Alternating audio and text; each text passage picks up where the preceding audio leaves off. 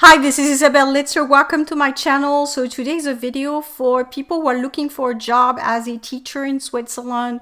What are 3 tips for teachers? So the first tip I want to give you, and it's the same I would say in any profession, is to check the job boards and the market to see if you have the appropriate criteria to teach in Switzerland. So do you have the appropriate certifications and the language skills, etc.? So I've posted below a link where you can check this, see if you can get the equivalency, and make sure you show that you've done this equivalency work before you apply, so that it's not going to be complicated for the Swiss to understand your level of skill and your level of competency. Now, just be aware that teaching for me is not necessarily where you will have the most jobs. Most positions that I see as growing, and I said this before, is STEM, digital type of jobs. It could be online, anything online basically. So you can also do teaching online, but that's usually more as a freelancer. But I think people who are looking for a job as teachers are looking for jobs within organizations like schools and universities. So that's why I see maybe there's less of a need in terms of now and in the future, because I see a lot of teaching going on online. A lot of courses are actually also online. So that means less need for professors or teachers inside schools. Maybe it's a different way also of teaching, where you record something once and then it gets used by the university or by the school.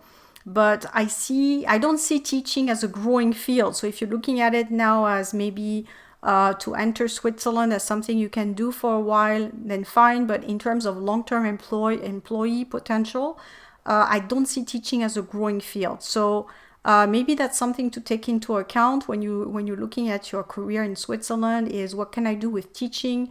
And maybe you can look at growing something a little bit beyond teaching, maybe to add to your skill set as well, because the actual jobs themselves are not so many on the market. But check the equivalency. I've posted the link below. Check that you have the appropriate diplomas and language skills and skills in general to apply. That's the first thing. The second thing you want to do is make sure you check university job boards and look at positions that are open. Again, in universities, usually it's a little bit like the international organizations, where it's more who you know and who's part of the network that will get the jobs first. So the local market is always going to be priority. And sometimes you have people internally that have been waiting to get this opening and to apply.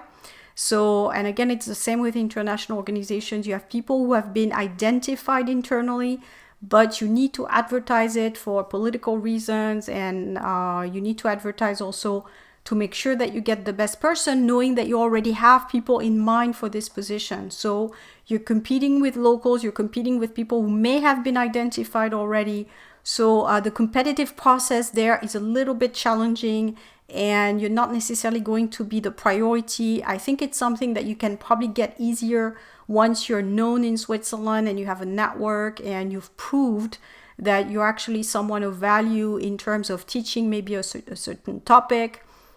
And once you have experience in Switzerland, it's easier because people contact you, they've identified you as a resource. So you don't have to do that much of a heavy lifting anymore. You go around maybe as a teacher, you get recruited by different schools. So it's completely different than someone applying from outside with no history, maybe no working papers, etc. That first position that you're going to apply for is the hardest one to get. So check university links that I posted below, and you'll see where you stand a bit more.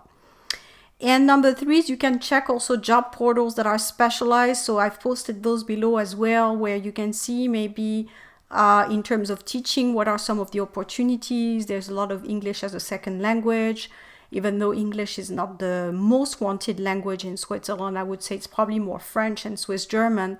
But if you teach maybe German or you teach French, you may have a chance, because at the moment, for example, in the French part of Switzerland, it's a requirement to get the Swiss citizenship to have a certain level in French and to graduate almost as a French speaker. So that means a lot more need to teach French for expats, and a lot more opportunities for you.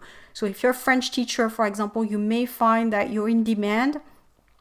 with local schools, language schools, for example, to teach. But again, it might be a temporary contract or a freelance contract. So you would just have to check and see if it's something that you're interested in. So that's it for teaching. Again, my main tip is make sure you have the right requirements for the Swiss market. The requirements tend to be on the high end. It's very competitive. So make sure you equip yourself with a great resume, with great history, maybe references, so that you can enter this market and really start getting your name out there and building your network. Thanks. I talk to you later.